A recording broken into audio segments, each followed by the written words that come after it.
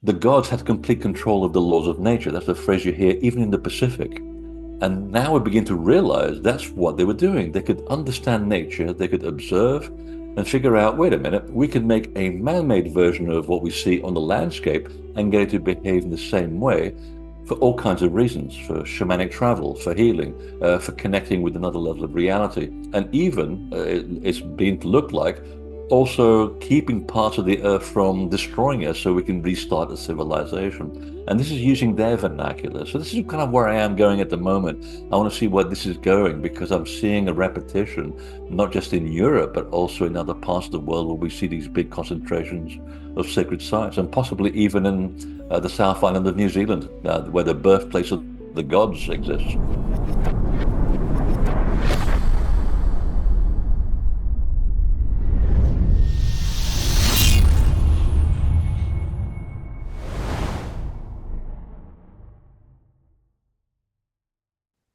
So welcome, guys, to Cosmic Conversation, the podcast where we explore the mysteries of the universe, ancient wisdom, and the hidden knowledge of our ancestors. I'm your host, Hayden Crawford, and today I am genuinely beyond thrilled to welcome back a very, very special guest, Freddy Silva. Now, Freddy is one of the leading experts on ancient civilizations, sacred sites, and the hidden knowledge of our ancestors. He is the author of several groundbreaking books, including Portals, The Divine Blueprint, First Templar Nation, and Secrets in the Field, which we actually discussed last time, specifically around crop circles. Now, Freddy's work has taken him across the globe, from the pyramids of Egypt to the temples of Peru, and his extensive research continues to challenge conventional historical narratives. Freddy has been a key speaker at prestigious events, and his talks have reached thousands of people worldwide, including appearances on platforms like Gaia TV, where he was showcasing a lot of his documentaries on ancient mysteries, and they have captivated audiences. As an expert in sacred geometry and ancient technology, Freddy has dedicated his career to uncovering the lost knowledge of our past and explaining how it still impacts us today.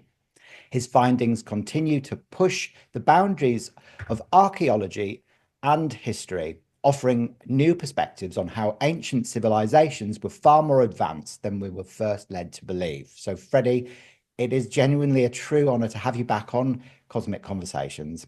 Now, our last conversation, which was 4 years ago, during the pandemic, as I'm sure you can remember, it left actually such a massive impression on me. And since then, like, I've been fortunate enough to visit Gozo, and I went to a Gigantia, inspired by Graham Hancock's work on the connection to Sirius. And so I'm really excited to really dive into the big ginger ones to begin with, the Orions, the children of Orion, and also to discuss your brand new book, which is The Lost Secret of the Gods, and the fascinating research that you're now sharing with the world. So thank you for being with me today, genuinely. Oh, thanks, Hayden. I've never been described as a mystery of the universe. That sounds very tempting. There's always a first time. There's always a first for everything. You're an enigma. Okay, so Freddie, could you share with us then your biggest teachings and revelations from your latest research, and how do these findings build upon your previous work on ancient civilizations? It's an ongoing detective story, really, isn't it? Digging up stuff from the past, like rummaging through old dustbins and trying to put together a story. And the more dustbins you dig into, the more the story gets interesting. It's the one thing that archaeology gets wrong all the time. They seem to only go into one source, and that's it. That defines the whole story, and we can't talk about it, and no one else is allowed to question that. But unfortunately, the past is very grey. It's a huge gray area, and there's lots of space for lots of ideas. And part of what I've been doing and pursuing, and I should point out, I never really know what I'm doing at any given moment. I'm just following little trails of things that get me excited, and I see where they go. And one of the ones that I find very exciting, which really I have to really blame the publisher of a book that I just wrote, which I really didn't want to write another book for quite some time. I didn't have anything new to say per se, but we're talking about portals and how they work in terms of the connection to sacred places. And that got me thinking again about some of the technology that we're now using to find out what's happening in the invisible world here on Earth. So NASA in about 2008, they sent out a press release that had the word magnetic portals on it. And I thought, hello, they usually don't talk this way. What are they talking about? And they talked about how every 18 minutes or so, these magnetic tubes, like vortices that come out of the Earth and about 1,000 kilometers above the atmosphere, they cross with the solar wind and they connect to the sun. So there's a constant conversation going on between our planet and our nearest star. And I remember thinking, wait a minute, didn't the people that wrote the Kali Yuga back in 8000 BC, which itself was already a copy of an earlier story, describe this in completely different words and adjectives, describe the same thing? And they talked about how the sacred places were connected to these serpents that moved on the ground that are mirrored in the sky. And they're the arrows of sorcerers, which is essentially a sorcerer is someone who works with source energy or the source itself. And the arrow is the intention that takes your consciousness from here to somewhere else. And it got me thinking again how these places work around the planet. I mean, we talk about sacred sites all the time, whether they're megalithic sites or whether they're, temples in Cambodia. They behave exactly the same way. They harness the laws of the earth, telluric currents, electromagnetic energy, and now gravitational hotspots. That's my latest discovery. Seeing that the biggest clusters of temples along the planet coincide with places where gravity is a little thinner. And when that happens, it starts to play tricks on your imagination. Or if we put this in technical terms, you have an expanded state of awareness, which means that you can connect much easier to another level of reality. And you put the myths together and the folklore of these sites. And I'm about to leave for France, to Brittany, to go and check out the biggest collection of megaliths on the planet. And some of these things are over 60 feet tall. I think it's about 30 meters. I'm not sure, maybe 20 meters. It's bloody big. And it turns out that these places are also marking very volatile places on the Earth's crust where we get a lot of earthquakes. So it seems that the ancients, let's call them gods for lack of a better word, the gods had complete control of the laws of nature. That's the phrase you hear even in the Pacific. And now we begin to realize that's what they were doing. They could understand nature, they could observe and figure out, wait a minute, we can make a man-made version of what we see on the landscape and get it to behave in the same way for all kinds of reasons, for shamanic travel, for healing, for connecting with another level of reality. And even it's being to look like also keeping parts of the earth from destroying us so we can restart a civilization. And this is using their vernacular. So this is kind of where I am going at the moment. I want to see where this is going because I'm seeing a repetition, not just in Europe, but also in other parts of the world where we see these big concentrations of sacred sites, and possibly even in the South Island of New Zealand, where the birthplace of the gods exists. So if you're not familiar with that place, get on a plane, go over to Christchurch, rent a car. 2 hours later, you're at the birthplace of the gods. And believe me, you will not regret this, and send me a postcard. Oh, I can just see myself going off on loads of world trips. It's Uh-huh. interesting because every time I hear about somewhere, it makes me genuinely want to go there. So do you think these ancient sites then were created to help us navigate the present day challenges? And if so, like how? Oh, I think they were designed to meet the challenges of any era because the time frame we're talking about is about 5.5 to 6,000 BC. That's technically when most of these places began their foundations. And if you look at what was happening around the Earth, we're still feeling the effects of the Ice Age. And there was a lot of tectonic movement. There was a lot of flooding. There was a lot of climatic change. And of course, the first priority on your mind is to grow crops. So there's a lot of movement of people across the planet. In the Pacific, where you are, there was a lot of loss of landmass. When the first Europeans first went to the Pacific and they heard what the locals were saying about the islands, they said, well, these are not islands. These are the summits of the mountain where our ancestors used to live. It's now under the Pacific Ocean, mate. And I think that they were doing this, what I call an insurance policy, to A, stabilize the planet, but at the same time help people connect with themselves and also connect with nature as it is. And this is something that also has been on the back of my mind. Why would they use such ridiculously large rocks to build these things? Why couldn't you just use a brick? And you see it again and again. You go to South America, to Sacsayhuaman or Tiwanaku, and you think, these are ridiculously large pieces of rock. Why? Well, A, because they could.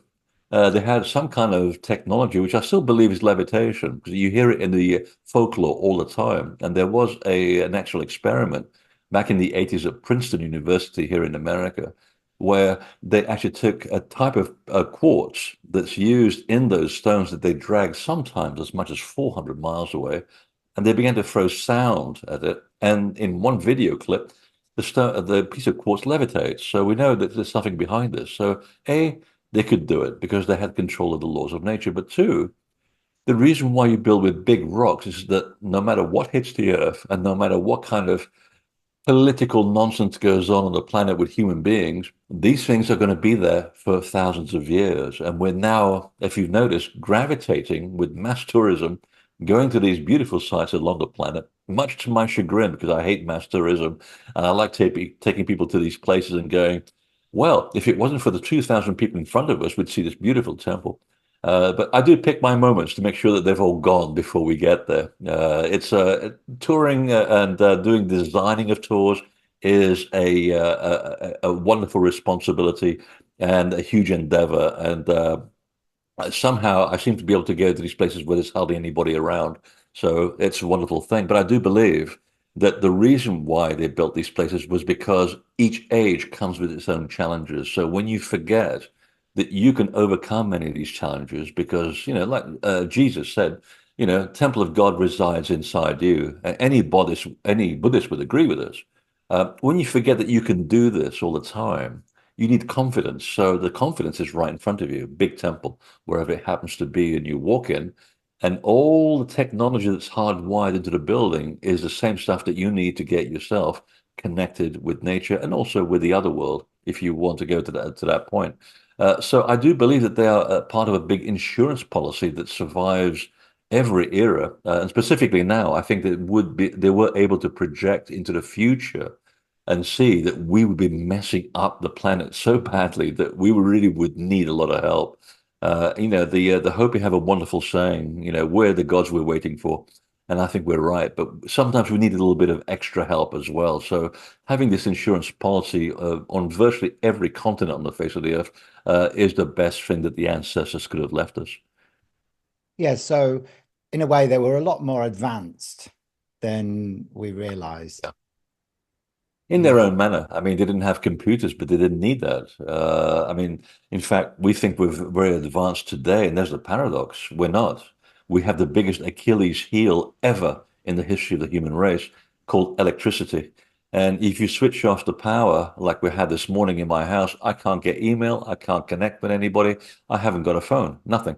So this is the biggest Achilles heel, where we think we're so advanced, and yet we have this very thin layer of connection to reality. And I remember when a hurricane came through New Jersey years ago, and people were reliant on their cell phones, as most people are nowadays, for everything. You're giving your memory away to the phone, and they didn't even know where to buy a loaf of bread or water or milk or anything. And it was only a block and a half away, but they lost their ability to connect with their environment because their phone does it for them now. And I can't think of anything worse now to see how the human race has evolved in that manner. In some ways, we're way ahead, but in some ways, I think that when you're more connected with the land and the cosmos, so many of these temples are mirrors of the sky and they track huge spans of time. I think when you're that connected, you're much easier to navigate any problems that come towards you. You understand what's going to happen. You can observe the buds in the trees, and in March you're going to have a very hard winter. I know farmers in England that still do this. They look at the way that things are blossoming in March, and they know that they're going to have to plant early because by October there'll be a bad frost, and they're always right. So this is the connection here is that these people were their advancement was the fact that they understood how the laws of nature work, and they work with them to be part of that system. And there are the 13 laws of nature that you're investigating at the moment. And you've got so far with it, haven't you? Haven't you discovered three, or maybe you're on your fourth one now? I'm not sure. You've been Oh, really, I think I'm on book 9. is it Yeah, nine now? and I'm on my 16th documentary. I'm literally finishing the 16th documentary right now, which gets Wow. into a lot of this about the connection of megaliths with the laws of physics as we understand them, and gravity and electromagnetism, and why these places do what they do to people. And it's actually quite fascinating because I keep talking about it, but I've never actually put it down in a documentary. So it's going to be kind of interesting. I'm kind of excited about it. Yeah, I can imagine it's going to be an amazing documentary to watch, with all of that wealth of information being culminated in one spot. So then with, And I want to do it in black and white. I want to do a film noir. I want to oh, do a director's cut. So oh, I'm interested to see how this is going to pan out. It looks beautiful in black and white, but I've also seen the color footage, and I have to say I'm going to have to do two versions and sell it as two different versions for whoever wants the black and white. Which I actually think it's very erotic because when you talk about standing stones, people think, well, you've seen one, you've seen them all. No, no, no. When you take the color away and you look at the standing stones and the menhirs and the dolmens, each one of them has a personality. And until you strip the color away or until you go and see them, you won't understand that. But yeah, having seen the color version, I have to say it's actually very sexy because when I was filming in Portugal, which is one of the biggest concentrations of megaliths on the planet, there have been a lot of fires there for lots of reasons, mostly because it's dry, and then there are idiots throwing their cigarettes out of the cars. But the smoke from the fires made for a beautiful sort of soot in the sky, even though the sun is shining. And there's this beautiful, warm, soft light. So every day I've got the perfect filming light that any director could possibly ask for free. wow, that's amazing. You're speaking my language. I did my degree in film and video making back at the Kent Institute of Art and Design, and Ah, I love film noir. I do. I love it. It's such a beautiful genre. I can imagine, those beautiful stones, with all of those beautiful tonalities, just looking magnificent. It really set the scene. Amazing. You're so multi-talented, Freddie. It's incredible that you've got so many strings to your bow. well, I With went to the art school. Yeah, so like back in the 80s, we had no money. We had to actually create and actually fill in our own film and create animation by hand and stuff like that. And you learn to work without a budget. And for me, I mean, writing a book is wonderful because you get to research and you spend 5, 10 years, and you have like a mountain of 800 references at the back, which drives you crazy. But you have to do it to validate the work. But video is wonderful, or documentary, because I work very quickly. I get fed up very quickly. So I'm very focused on what I do. So I get to use everything. And I used to do the music as well, except it takes so long to put the soundtrack together. I have people around the world that can help me with that now. And so I bring everything together. So it's actually more fun for me to do a documentary. Yeah, I can imagine it must be amazing to sort of translate that into visual form. So with the modern advancements then in physics and quantum mechanics, do you see parallels between the ancient use of sacred geometry and today's cutting edge theories such as string theory or the unified field theory? And do you see there is that parallel between what's taking place now and what was taking place then? Oh, this is getting to be an intellectual program. I like it. Actually, I won't be the first person to talk about this. Fritjof Capra wrote a great book about the Tower of Physics back in the 70s, I believe it was. And yeah, that changed my mind about everything, about how you can actually look at the language that physics uses today to describe the undescribable.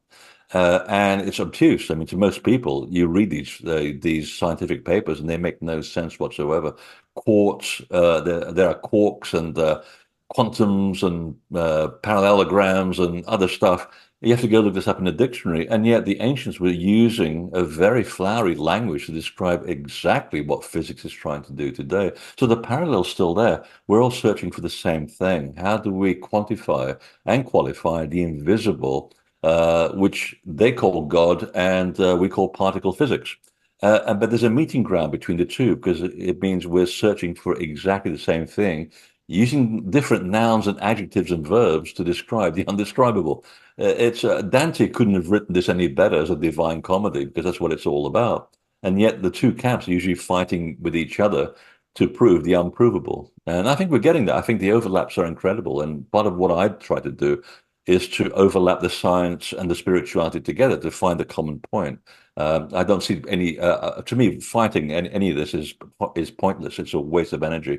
I think that there's a lot of common ground between both camps to show that yes, you can go to a stone circle, have a heightened state of awareness, and then be able to quantify that using a magnetometer that you drag over the soil.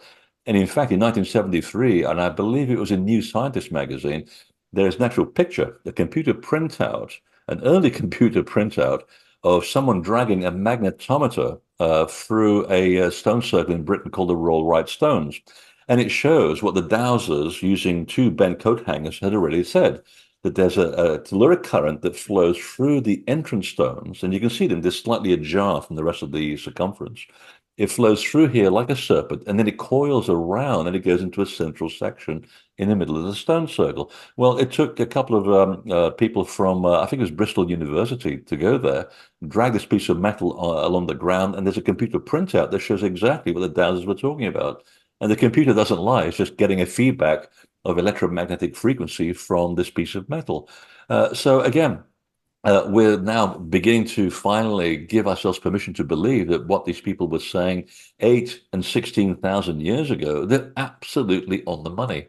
And again, giving Fritjof Capra more credit.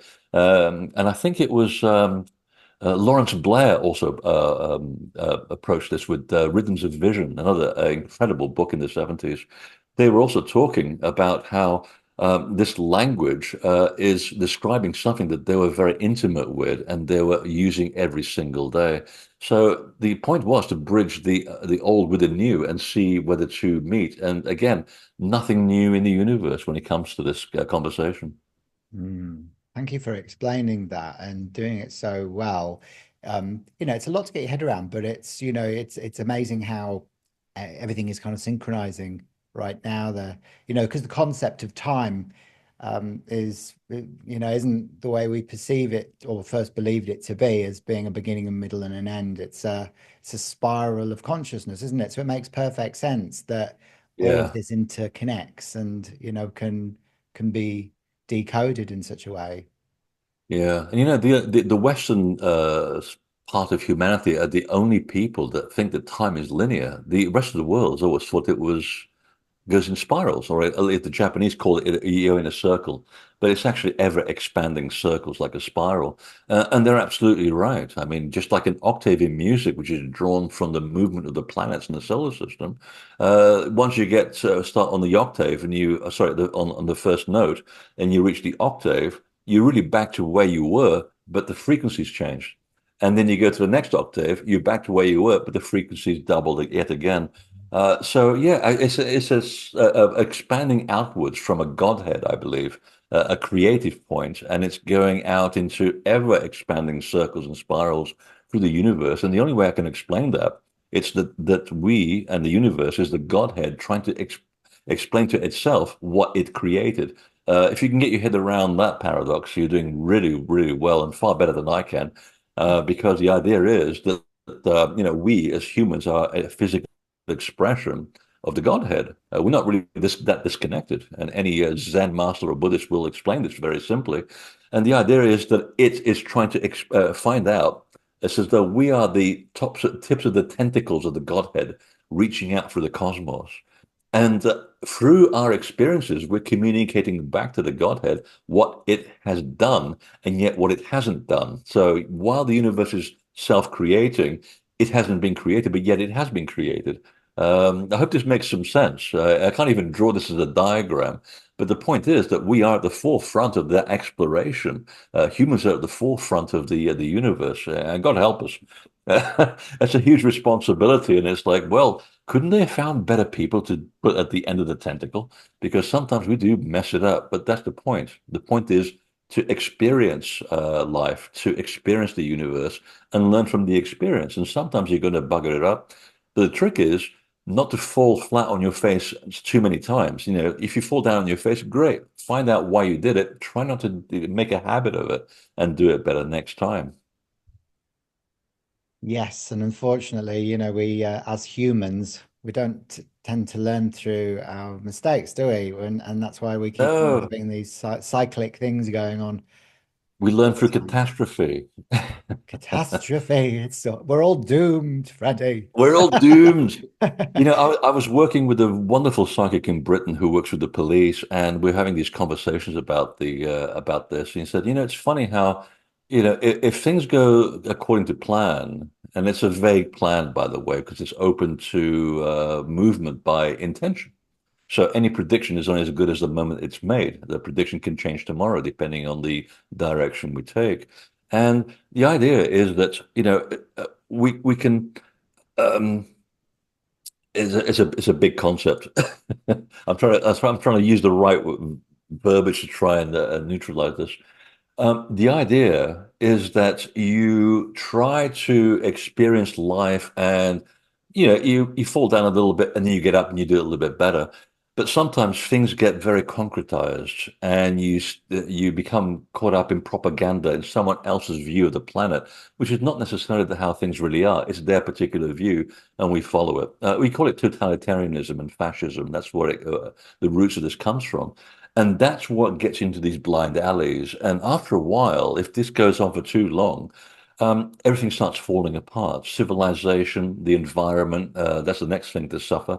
And eventually, the Earth as an organism, as a living, breathing organism, says, well, look, I've got to evolve too. I'm a living being as well.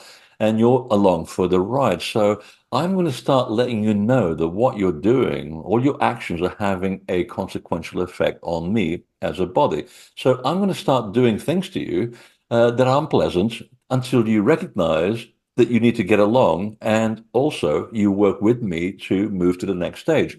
And I've noticed over the millennia, if we look at the history that we have available, how it's taken sometimes the Earth to let us know, it takes nature to let us know and give us a big whack up the bum or a clip on the back of the ear to wake people up. And suddenly you have the Renaissance. You know, you go through these horrible times in Europe and suddenly you have a big jump. Yeah, because we got into such a dead end that the only way out of there is complete annihilation. So the earth starts doing things to you to get you to wake up. And the longer it takes for you to, you know, wake up and recognize that the roses need smelling and they need watering, that the catastrophes are going to get a bit more intense and more intense. Like climate change right now. I mean, the intensity with what's going on around the world, and it's not just Australia with the fires. The whole world has a problem with fire right now. Even in America, even in Portugal, in southern Spain, we're also running out of water, of potable water in many parts of the world, including South Africa. I think Johannesburg had to actually bring in a tanker full of drinking water for 6 million people because they ran out of drinking water. These are serious things. So every time I see this pattern happening where the earth suddenly needs to evolve and humanity needs to evolve, but someone's holding it back, events take place that get you, to shock you out of that complacency, and you move forward. And you do move forward because we have a survival instinct. So despite the fact that this is taking a bit of a dark turn, there is a light at the end of the tunnel because we're still here, despite the Dark Ages, bubonic plague, nuclear catastrophe, and so on, and meteorite strikes, and solar cycles, and the solar ejections that blow up the Earth very occasionally, by the way. The last one was on in 1890 that took out part of Canada, and it even electrocuted people that were doing the telegraphs on the wires. The current that hit the Earth was so huge, it electrified people to their telegraphs. That's incredible. That was just over 100 years ago, and it happens very frequently. But the point is that we evolve, we keep going, we keep improving all the time. So that's the good news and the positive part of this conversation. So don't lose heart. No, I'm still with you. Now, with the rise of the new And if Earth all fails, paradigm, you just drink heavily. exactly. Yes, exactly. Don't encourage me.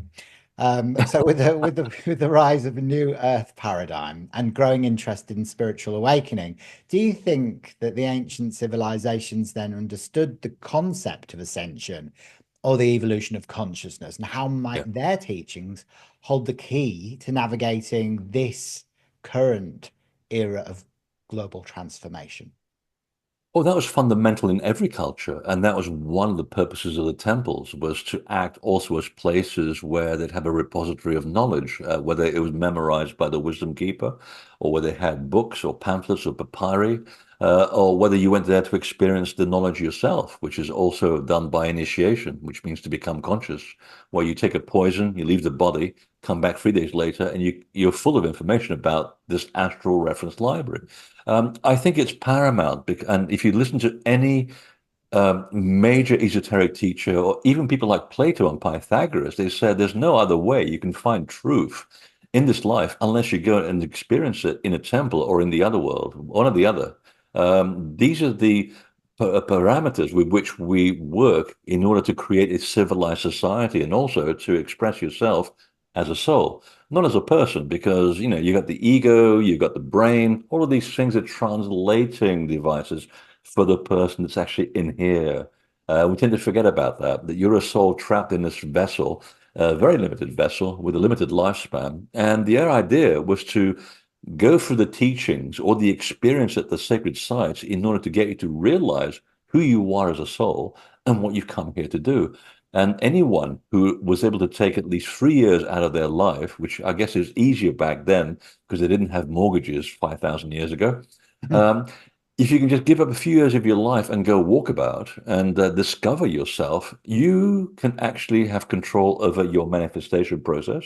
And I can tell you that from personal experience, by the way. I'm not going to go into my personal life.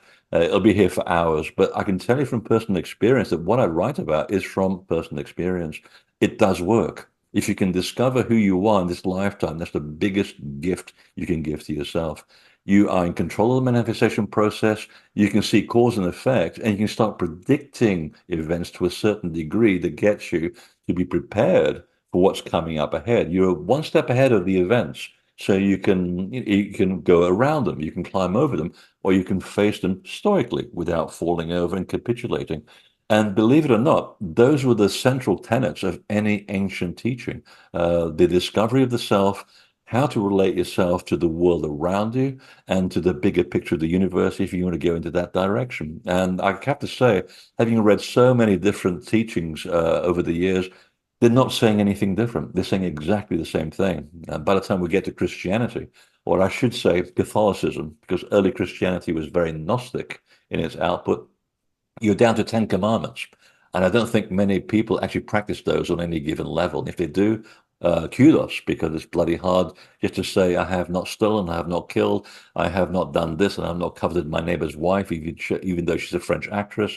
All of these things used to be only, let's see, 2,500 years ago. There were the 42 phrases of the Pharaoh, which anybody could recite. You wake up every morning and you have a list of 42 deeds that you have to go through every day. And some of them are incredible. It's like, I have not taken a baby away from its mother's milk. I have not plucked a fruit before its due time from a tree. I have not borrowed my neighbor's chariot without asking for permission. So all of these things were part of a self-development, which gets you to be a better person. And the Templars were doing exactly the same thing as well. So that's the central theme of what this is all about: the self-improvement and the self-sustaining work that keeps you going in this planet. And there's really nothing new under the sun. Mm. It's interesting because, especially when you think about the amount of near-death experiences that people are having, and now, sort of the accounts that they're portraying about what they experience when they go to the other side. It's in that wisdom, I think, that we start understanding the truth beyond the veil. And there's Yeah, the evidence there, because it's just everybody's um, recollections. Everybody, all near-death experiences have a very similar process that they go through, and they experience um, the other the other side, which is, I guess, what we attain when we um, alter our consciousness within the temples as well, is it? exactly. Yeah. In fact, it's funny you should say that, Hayden, because I was attending a conference in Montreal a few years ago. I'd just written The Lost Art of Resurrection, which deals exactly with all of these methods by which one leaves the body and the places where it happens. And unbeknownst to me, there was a doctor there who had had an involuntary near-death experience, and I was talking about a voluntary near-death experience, which are actually induced within the temple compounds. And it's funny because I went to see her presentation and we had dinner together. And I said, we're talking about the very same thing, but one is involuntary. You have no idea that you're about to have a heart attack and you keel over and you nearly die, but you're doing exactly the same stuff that the soul is doing when you're doing a trained progression out of the body. And I said, exactly. And the big difference is that in a controlled environment using poison, and this is the big secret which I've yet to find, how much poison did they use to get you to have an induced near-death experience? The idea was that you'd leave for about 3 days and you come back knowing how to find your way back into the body, because leaving is easy. The problem is getting back, as any pharaoh would tell you. There's one place in the Valley of the Kings, there are 437 phrases in a room where no one's buried that tells you how to find your way back into the body. It's the only place worth seeing in the Valley of the Kings, and I'm the only person that takes a group to that room. It's worth the price just for that. But the point is that you come back completely cognizant of where you've been, who you've talked to, and what you've learned. And you can't do that in a near-death experience because like a dream state, it just vanishes in a puff of smoke. If you try to remember any dream, it's very difficult unless you're awake at 2 in the morning and have a piece of paper and you write it down and you're still missing pieces of information. This is very different. The idea was that you go and extract real-time information because time is really an illusion, and you come back into the body and you're completely aware of what's happened. And we're having this incredible conversation over dinner. It was remarkable that we're talking about exactly the same thing. It's funny how things synchronize, isn't it, Freddie? It's Yeah. it's interesting because I've been so fascinated by it all, and I know that it all connects up.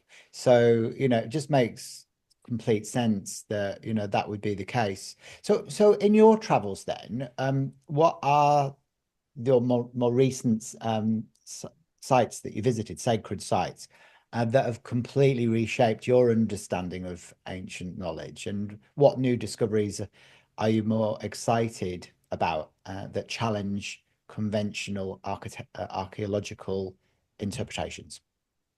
Oh, I think Portugal was the one that's really kind of opened me up a little bit more. I really kind of knew what I was getting into, but I didn't realize just how much information is there in the woods and in the middle of nowhere. And some of the places that I go to, they're a bit off the mark and off the planet. I mean, off the map. And I tend to have a very good map with me that tells me where I can and can't go through people's private properties and follow old stories and the local folklore. And before you know it, there's this massive dolmen in front of me. There's nobody there. Nobody's been there for 100 years. And it's wonderful. And you get a time to measure things, take stock of what's going on, but have time for yourself. And they're very much alive to this very day. I find myself suddenly leaving the body because that's my intention is to go and find out what these things were about. And the spirit of place picks that up and they'll go, "Oh, would you like to know more about my purpose?" I said, absolutely, I'm all ears. And you don't expect anything to happen. And sure enough, stuff starts coming out, and I start writing things down, or I'll hear something, or suddenly I'll be distracted by a cow pointing in a certain direction, doing something very silly. And I'm going, "Oh, I didn't notice that connection with the way that the sun is setting. Let me take a bead through here. Oh, it's connected to something else. It's not the sun, it's a constellation." And I started going through each site, measuring not the sun and the moon, which is what we tend to go through in terms of the connection between sacred sites and the sky, even though it happens. It's the fact that there's so much connection to Orion. and specifically the belt stars of Orion. And when I began to put the coordinates into my computer, I began to realize that the dates that I was getting were not far off from some of the carbon-14 dating that we had at some of these sites. A little bit older sometimes because carbon-14 is not that accurate. And what archaeologists tend to do is to date the site according to the first layer of dirt. Well, you're not going to build a site that looks that good and let the dirt fill up immediately. The dirt tells you when the site stopped being used. That's when the dirt comes in. It's a bit like you go away for a year and you come back and you find there's dirt in your house. The house wasn't built in 2025. It was built in 1870. But you left it for a year, you didn't vacuum, and the dirt has accumulated. So it gives me another angle in which to look at the people who built these places because not much is known about them. We know they were very tall, they were light skinned, they were red haired, they were blonde, and they came from somewhere else. I'm thinking, well, where did they come from? There's no precedent for the megalithic construction that we see in certain hotspots around the world. These people arrived out of nowhere, they built the stuff, and poof, they disappeared, but it's all in the folklore. So I'm going around Portugal at the extreme end of Europe, which has some of the oldest standing stones on the planet. And I'm starting to fill in a few gaps, which I thought I knew about from India, especially northern India. There are sites in northern India which mimic the shapes of the stones in the sites in northern Scotland. Figure that one out for a laugh. I didn't see that coming. So what is it about the shapes of the stones? There are ledges and there are triangular stones, and that's where I'm now going. I'm going around looking at each individual stone and realizing that the stone shapes repeat themselves. They're not natural. They've been shaped like that. And I'm thinking, what are they looking at in the sky? Or what are they trying to convey? And sometimes it's just a piece of information. There's something else that many people don't know about is the type of quartz using these stones can be programmed. It's a bit like a computer. You know, you send a keystroke to the computer, and that electrical signal tells the computer what to do. Well, this type of quartz that's found in many of these stones is highly piezoelectric and it's highly programmable. Well, what we know now about human intention is that if you send a packet of intention to a given target, that target will actually act and adjust itself according to your intention. So the stones were designed to carry the information. They are the books of the ancients. And the more you stand out with these things, the more you start extracting the information if you put yourself in a state of reverence. So that's part of the discoveries that I've been sort of up to. And just in case we've got any skeptics on the program, I will say this. There was an experiment in the 80s at Princeton University where they got 20 people in a room, and the idea was to throw the intention and aim the intention to a central box, which is a computer that was dishing out a drumbeat. And guess what? The computer drumbeat changed because of the power of the intention of the group around the machine. That's very powerful stuff. So now again, we're back to where we were 7,000 years ago. Priests were putting the intention into the stones. You and I go to the stone. We put our back to the stone. The electrical current goes up and down the spine, and poof, you get a vision. You hear voices, and you go, "Well, that was interesting." And then you do a bit of research in the library, and you find out actually it's absolutely true. And you can now do the same thing with the machine. So again, that science, mysticism, all coming together beautifully. Fantastic. And can you imagine if like you visited one of these amazing temples in Portugal or France where you're going and you give yourself a little bit of an injection of that poison, not too much, just so you can have enough to come back with some more information. The next book, can you imagine what's going to be in that? I know it's very addictive. And I mean, I always tell people you don't really need to be anywhere in the world. You can be where you are and send your consciousness to Stonehenge or a pyramid, and there you are. Just because you're here doesn't mean that you're here. Part of you is already over there. The classic example is when you think fondly of someone and they'll be on the phone within 3 minutes because that thought has traveled through time and space and they'll pick up the phone. This is why my phone bill isn't any more than $26 a month. I get people to call me and they hate me for that. But it's a crude example, but it actually is very, very true. But yet, in my case, because of my personality, I want to go to these places. I want to be there. I want to touch it, see it, smell it. I think I like tactile stuff. I'm a very sort of tangible person in that respect, and I like that tangible feeling of being there, getting under the skin of the architects. What were they thinking? What were they eating? What were they seeing here? Why did they come here? And when you put yourself in that environment, you actually begin to bring in and draw things like a big magnet of the memory of place, and that's where the work really begins. So, but again, not for everybody. If you don't have disposable income where you have to pay a fortune for flight tickets to take you somewhere, and especially in my case, I have to fly business. I don't fit in economy. I'm a very tall guy. So unless you have that kind of money, and if you don't have the ability to find something locally, then the next best thing is to take your consciousness to these places, and there you will be. Yeah, it's like remote viewing, isn't it? You can remote view the targets and Yeah. actually interconnect with the energies of them. I'm like you though. I like going to these places. So when I went to Gigantia on Gozo, I've been to Gozo 3 times before, and I didn't even know it was there until I saw Graham Hancock's, sort of interpretation of its connection with Sirius, and then Mark, because my husband's half Maltese. And we were like, oh, right, okay, well, we've definitely got to go. So we actually booked another trip, our third trip to Gozo, to go there and feel it and see it.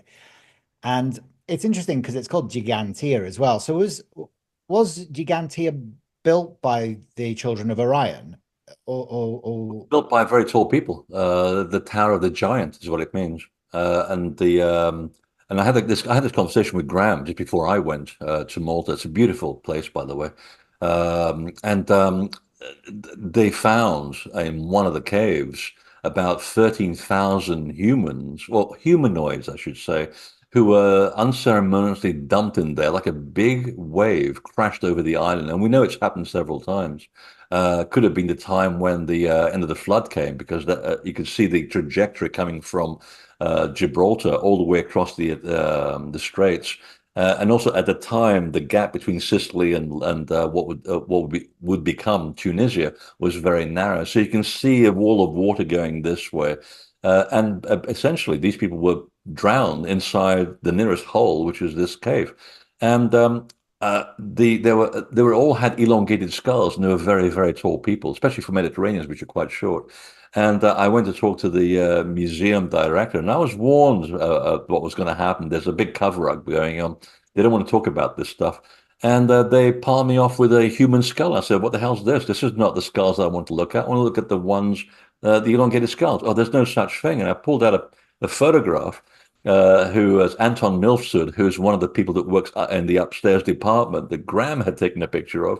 And I said, well, it makes this guy very uncomfortable because he's holding a whole bag of them and they're upstairs. And that was the end of the conversation. They didn't want to know anymore. And I wrote about it a few years later in The Missing Lands, which is trying to connect all of these stories together of tall people who were human-like but not quite human, as the Sumerians called them. So we were very comfortable with them as human beings, but they were unusually tall and they were different from us. They seem to be the foundation of the Caucasian culture, if I hear this properly, because in Polynesia, they're still described as light-skinned, not white, but light-skinned. And when I was presenting in New Zealand, there's a tribe they're called the Waitaha, who precede the Maori by a long, long period, as do a lot of tribes there, by the way. And I know this is politically sensitive, but you know what? I'm not here to be politically sensitive. I'm here to get the truth out, and I'm speaking on their behalf. And I looked across at the room, and there's a dozen blonde, light-skinned Maori Waitaha people sitting in the audience. And I said, "So, I guess you have an interesting bloodline that once hang out with some very tall people." They went, "Yes," and they're pretty proud of it. You see, so nothing racist about it. It is what it is. We interbred with these people, and I believe Malta was one of those outposts, and just across the road. When you go back to Malta next time, go around to Sardinia because that's where their big post was as well. And I was there, and I need to go back and finish the job. They have 6,000 towers, which are just like Gigantia, but designed a little bit differently. And they also have a lot of giants buried there. I actually went to see a farmer who was very proud to have collected some of the bones before the church took them away and destroyed them. They literally put them on a pyre and set fire to them. And if you talked about the giants, you'll never get a job and the police will arrest you, go to jail. That's pretty serious stuff. But the Sardinians are very proud of their connection to the fact that they describe themselves as the last outpost of Atlantis before the flood came. And we do know from Plato's account that the Atlantean Empire did have outposts in the middle of the Mediterranean. So that's a very interesting part of the world. And certainly the giants with their red hair and blonde hair were definitely in Malta. Yeah, 100%. And actually the next place I'm going to is to the Temple of Artemis. So I'm going to Istanbul on a cruise. And I've always been fascinated by the Temple of Artemis. Have you been there before? And does that No, I pique haven't. you? The problem with the temples around there is they're so completely overwhelmed with mass tourism. Is trying to find a time to go there when there's nobody there, which is usually the winter time, which is not pleasant time to be in that part of the world because you expect to be sitting outside in a taverna having strong coffee and it's freezing. But I will do one day. It's just one of those things. I'm sort of pulled in so many directions, but I know exactly what you're saying. And what I find interesting about that part of the world is how the Greek mythology makes absolutely no sense. I mean, everybody's into marrying everybody else. They're all beating each other up or tripping out over their own families or sleeping with their mothers. And you think there must be a metaphor in this story somewhere. And if you start looking at where the Greeks got their information from, which is India, Persia, and Egypt, it begins to make a lot more sense. That's what fascinates me because the Greeks had lost the plot. They were already new people. In fact, the Egyptians said to them, "You guys are too young. Wait till you've been around as long as we have, for like 39,000 years, and then you can talk." But here's some stories that you can take back to Greece. But it is fascinating part of the world, and yet very obtuse to try and understand. Yeah, 100%. I don't even know why we're going, why I'm feeling so drawn to it, but I'm sure it'll all kind of reveal itself eventually. Now, you've Oh, the spoken temple about, is sorry, Freddie, it's but sucking you in. The it temple is is, sucking you in. it's sucking me in. It is, it's just interesting. Well, actually, I can tell you, I'll give you a little snippet as to why. Oh, I, go on. it's actually through a past life regression that I did, or parallel life regression. Yeah. And during that process, I had a lot of information that came through about how I was the one of the firstborn set of twins, well, one of them, Atlas and Eurymalus of Poseidon. So he had five sets of twins. And I'd never heard of this character before. He's called Eurymalus. And when I sort of delved a bit deeper into the life, I could see that I was guiding like an army that was going through um, the Turkey and to the temple of Artemis. And so I just Googled it, Eurymalus and the Temple of Artemis, and I found like a biblical sort of text online that positioned him there. And I was like, oh my God, this isn't all just my imagination. So I'm like, right, I've got to Oh, go there going now. home. Yeah. That's what I But mean. The temple is remembering that connection. It's getting you to go there, even though you don't understand why you're going there. The spirit of place already knows why you're going there. It's going to be a great trip.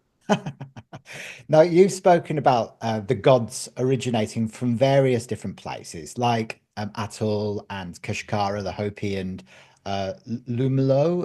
Lemuria, and others. How are these interconnected, and what does this tell us about the true origin of the gods as you know them? And what's the significance of these locations in your research? Oh, I just listen to the most ancient people that are still living on the planet and just sit down, take a notebook, and see what they have to say. And when you have people in South America called the Aymara, who, by the way, have a language that is the syntax can be understood by a computer, and it's a bridge language between any language and Aymara. It's like the ultimate dictionary. It's incredible. How did that happen 12,000 years ago, out of nowhere?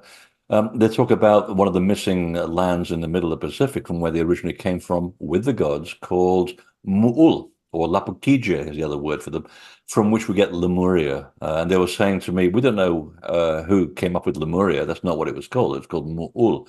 And I said, do you realize you've just described one of the lands in the Pacific that the Maya talk about? And they said, really? They had no idea about the Maya and the fact that they had this idea.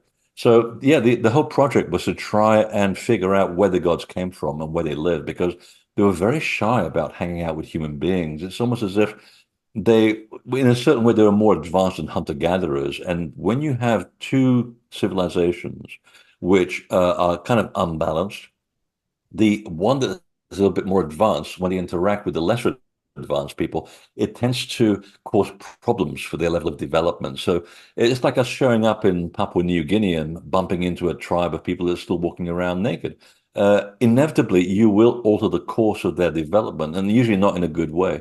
Everybody has to follow the right path of their own development without any outside interference. It's something that any Star Trek fan knows, by the way. It's called the Prime Directive, and that's the idea was taken by Gene Roddenberry from a seance where he was given that information from the management.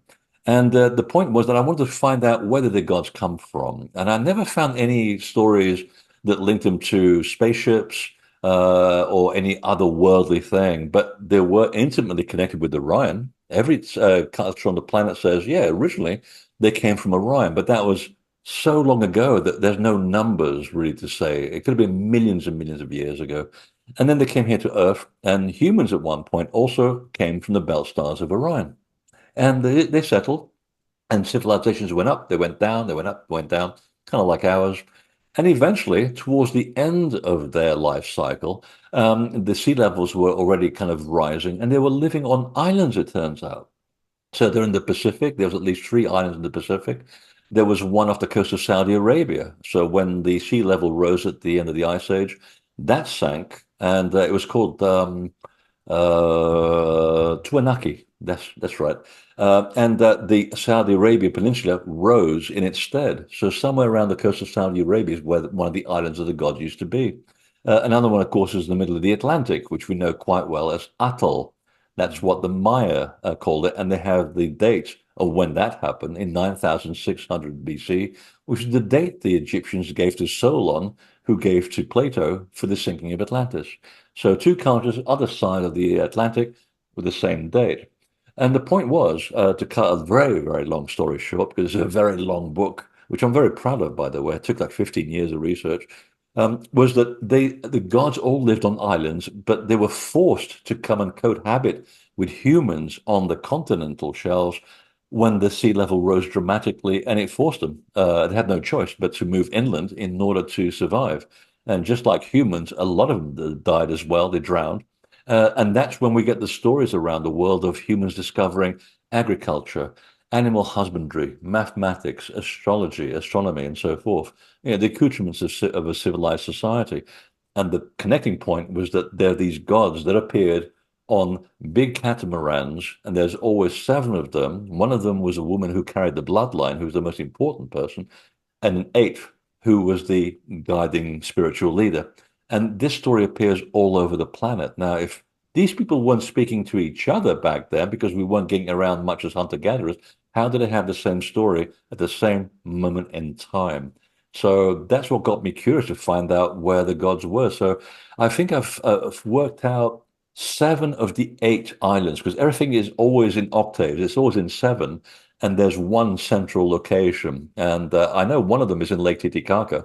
It's the city of Tiwanaku, which used to be an island back when the lake was a massive inland ocean. And the one I'm missing, I believe, is in the Armenian Highlands, where the Anunnaki used to come from originally. What they're called the Anunaga, the people of the serpent. And I think I've actually found the location. It looks very different to what it looked like 12,000 years ago. But if I'm correct, it did behave like a big island in the middle of a massive lake connected to a river to the Caspian Sea. So when the fighting stops locally, there's a lot of other things going on apart from Ukraine and Russia. There's also Azerbaijan and Armenia. So when all of that kind of calms down a little bit, I'm going to be going over there to find out if I can find the last of that piece of the puzzle, which is the one part of the book I could not write. I didn't have the available information, but I alluded to it to hope that someone would read the book in Armenia and then they'd send me the email, and they did actually, and they said whenever you're ready, we'll take you to all of these places and we'll fill in the blanks. So it's wonderful, isn't it? You're crowdsourcing at this point. Yeah, it's amazing. I'm sure you'll find it. 100% you will. How does it tie into the Book of Enoch and the intervention of the Watchers? Oh, it ties in perfectly, except that Enoch is not the name of the guy. The whole thing was corrupted by the Hebrew culture that stole the information from the Babylonians because they wanted to be better than the Babylonians and everybody else in the local vicinity, which has triggered a conflict, which is still going on today, by the way. But the Babylonians had stolen their story from the Sumerians. And by the time the Sumerians wrote about that, it was already 6,000 years old. Because if you read the Ethiopian version of the Book of Enoch, or let's give it his real name was Emed Ur Anu. Okay, so he was one of the Anunnaki. Of course, you can't say that in Hebrew, so they shortened it to Enoch. It sounds a bit more Hebrew. Okay, that's fair enough. But once you've taken that story away and you put it in its proper context, it does show that there were this group of gods called the people of Anu, who are the worshippers of a sky entity, also known by the Egyptians as Ra. No difference between the two. And in fact, there's a lot of intermarriage between the houses of Anu and the Egyptian pharaohs, which we'll get to some other time. And they basically were great prognosticators. They had complete control of the laws of nature and they could foresee events happening. So the story kind of picks up with the Enoch being sent up to the haven, the seventh haven, somewhere in a very high level of mountains, which I believe is the Ararat Range up in the Caucasus Mountains. The way he describes it matches the story perfectly. It's nowhere near Israel, modern day Israel or even Lebanon. Forget that one. And he talks about how the Anu, the gods, who essentially are people who understand the laws of nature, anybody can be a god, by the way. They said, we can see that there's some problems coming this way 200 years from now. The Earth, as it moves through space, which is why we calculate long periods of time to tell us what's happening in the sky and where the Earth is going to be at any given moment, there's a big chunk of a broken up mini planet through which the Earth passes through every November, even today. And the big chunks are coming this way. And I don't think we're going to survive very well. So they got the astronomers into the room and they said, can you do a prognostication of the sky? And they said, yep, about 200 years from now, the Earth is going to be hit by something really, really big. Great, fantastic. Now, meanwhile, they've got another problem on their hands. The intermediaries between the people of Anu, the gods, and the hunter-gatherers that they didn't want to have any contact with, called the Watchers, or those who watch, the messengers, they would sometimes go down to the plains to hang out with the hunter-gatherers and say, listen, if you fuse these two plants together, and you can crush the seeds and you put them in an oven at 400 degrees, and you can get bread. And the hunter-gatherers would say, thank you for that recipe. Oh, where did they go? Boom. They went back to their compound. Well, for reasons we don't know, because the book is incomplete, a group of watchers, not all of them, a small group of watchers said, you know what? We're tired of being up here. We're going down to the plains and we're going to hang out with Earth women because you know what? They're really attractive. And they did the one inviolable thing that they said, you shouldn't be doing this. You should not mix our DNA with humans because we're very different people. You're going to create all kinds of problems. And also, you should be teaching people who are relatively undeveloped things that we know because they have to get to that point by themselves. Anyway, so a small group of watchers went down to the lowlands and they had children with these women. And the women mostly died during childbirth. So when you have an 8 foot tall guy with a 5'5" woman, you're going to give birth to an infant. And that's where the problems began with the Nephilim, which literally means the offspring of the children of Orion. Now, these people were unusual. They were quite tall, very light skinned. They had blonde hair and they had red hair.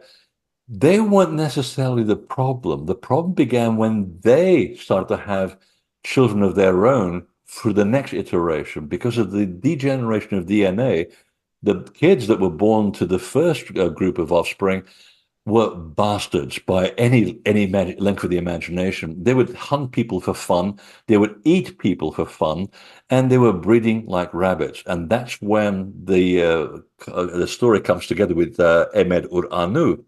They know that the rocks are coming this way. And they said, you know what?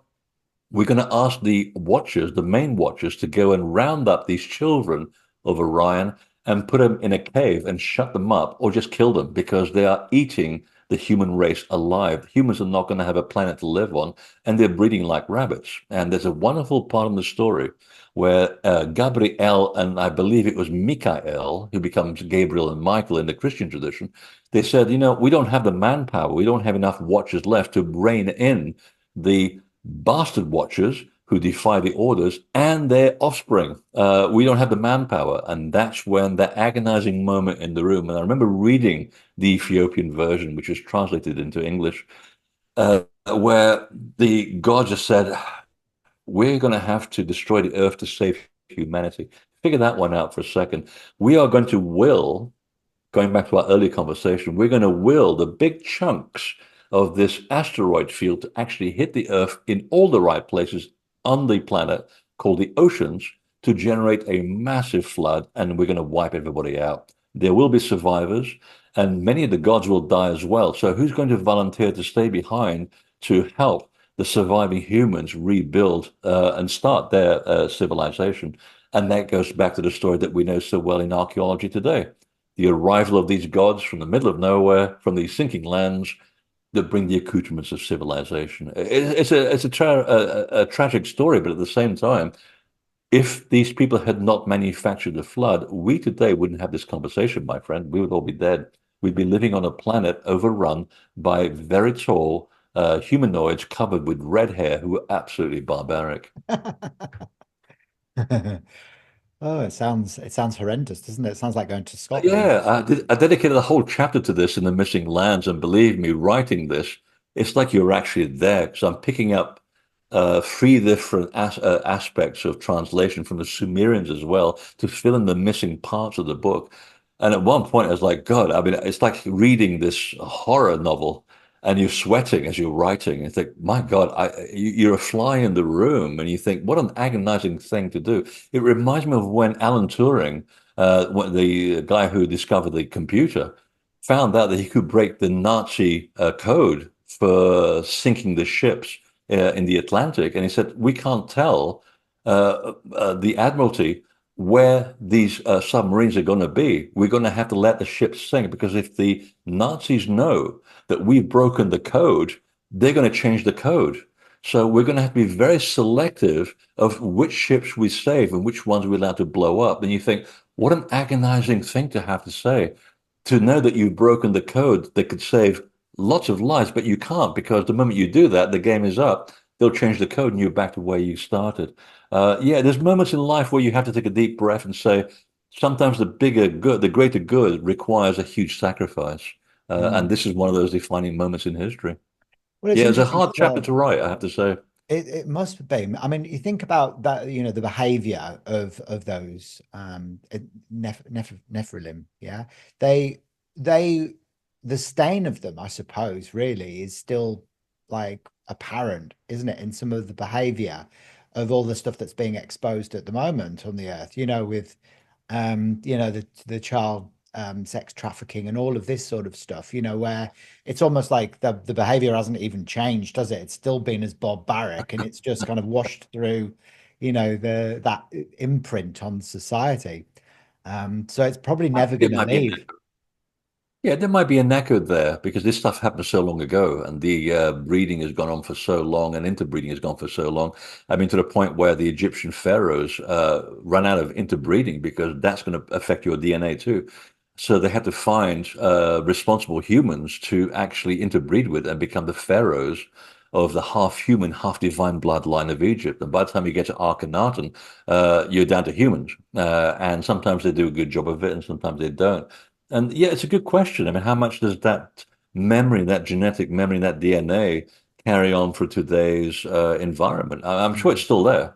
I mean, the reason why we have czars and Caesars and kings and queens of Europe, that comes from that trajectory. It was still being played out. But today, I don't think that anyone in any royal family in Europe can claim that they have any connection to the original gods. It's been so diluted. But I'm sure through the way the genetics work, there must be an inkling in there of something that has sometimes rears its ugly head whenever the right situation appears. It's actually a very interesting conversation. It's a very good point. it's like an imprint, I think, that will be like a almost like a soul memory or a soul imprint that is like a Yeah. stain that would resurface in patterns of behavior, I should imagine is how it would work. Um, Yeah. but I mean, the I've whole got concept of governing certainly it plays out in governance. I mean, like I said, Tsar and Caesar, all of these titles of the solar hero goes back to the time of the gods.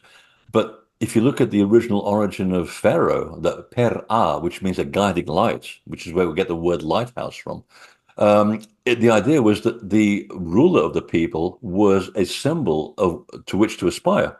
And the ruler was only deemed successful if during your reign people have been elevated closer to the level where you are. If they weren't, you were a terrible ruler. I mean, think about that today.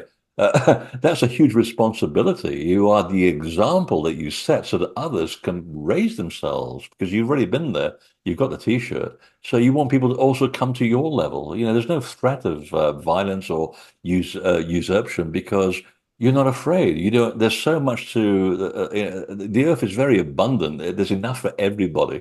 So there was a distinct lack of fear back in the day. So it wasn't an issue. Today, when there's 6 billion people on the planet, or I think maybe eight now, we are running out of resources. So everybody's fighting. So any leadership is really running for the hills and getting everything for themselves. And it's very rare nowadays to find people who I can say that are model leaders of any culture. I'm not going to get into politics just for that reason, but yeah, anybody worth their salt today is sensible enough not to get involved because of the amount of arrows that comes to them, because of the amount of attacking that goes on through extremism around the world. So that's where we see that being played out. But you know what? Only about 4,000 years ago, when these gods were still called the Tuatha Dé Danann, and then they moved to Ireland, they were called the Tuatha Dé Danann. They encountered the same people that the red-haired giants had survived in Ireland, and they couldn't put a foothold in Ireland, and they had to go back to Denmark to recalibrate their strategy and then come back the next generation and take out the Formori, who were the red-haired giants, who were very barbaric, who demanded young children as kind of a sovereign payment for using their lands and their water. Totally horrible people. That was only about 3,500, 4,000 years ago. So Mm. funny how these things work.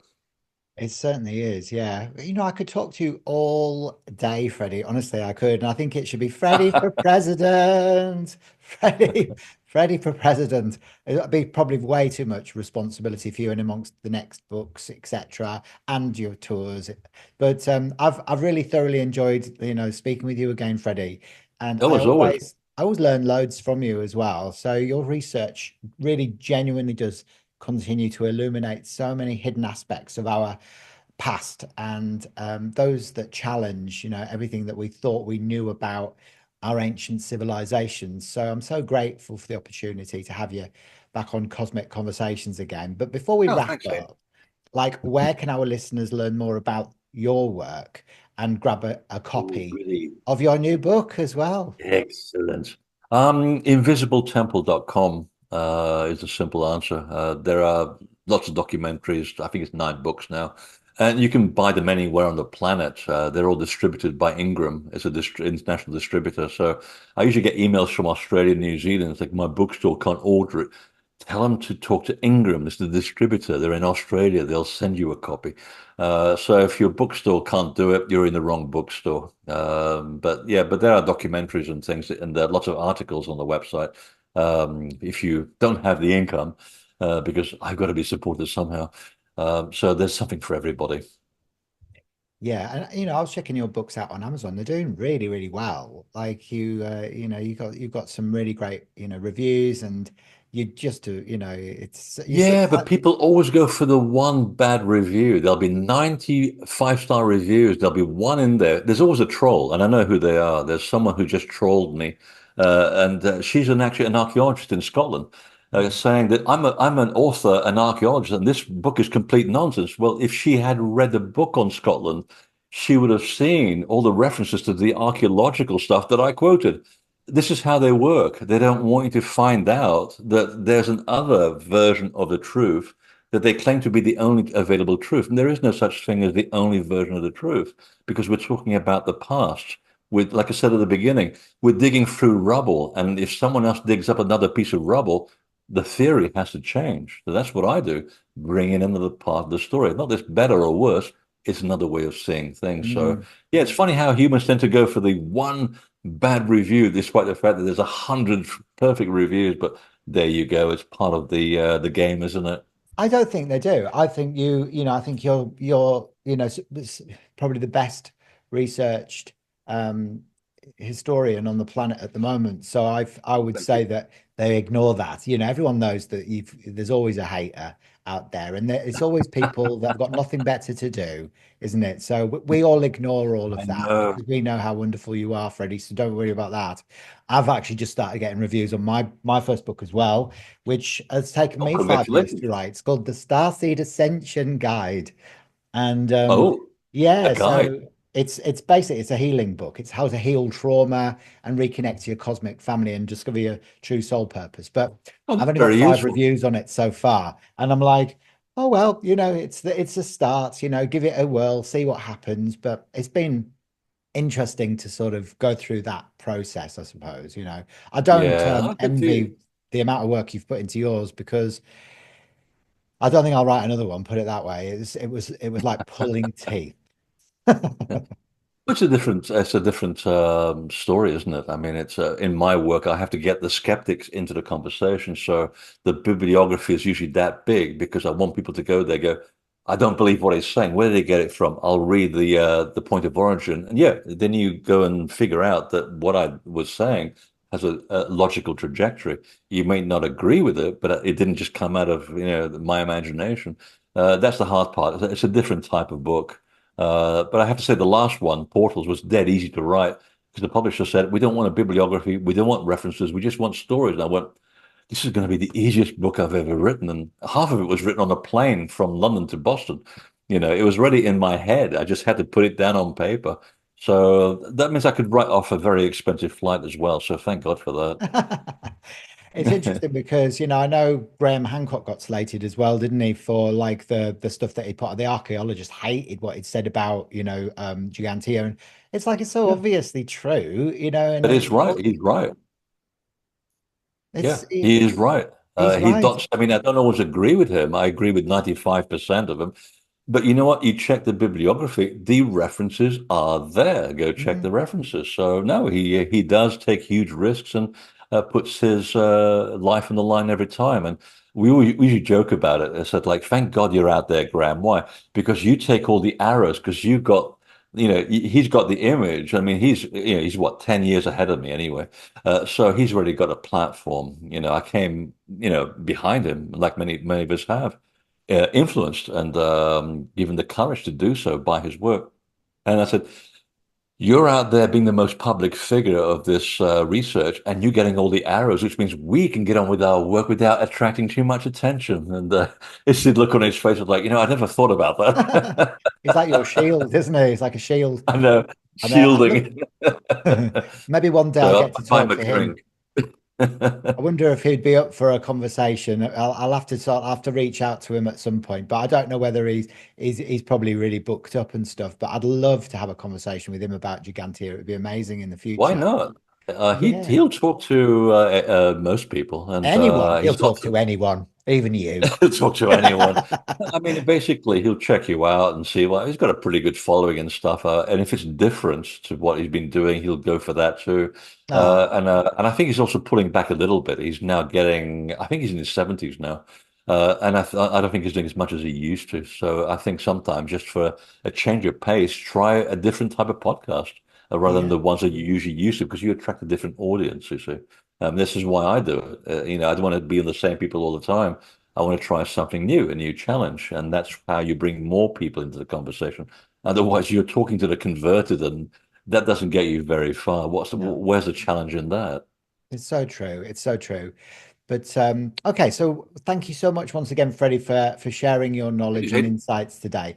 And to our listeners, be sure to check out Freddie's latest book and dive deep into his research. So don't forget to subscribe to Cosmic Conversations for some more thought-provoking episodes. And until the next time, keep questioning, keep exploring, and stay curious.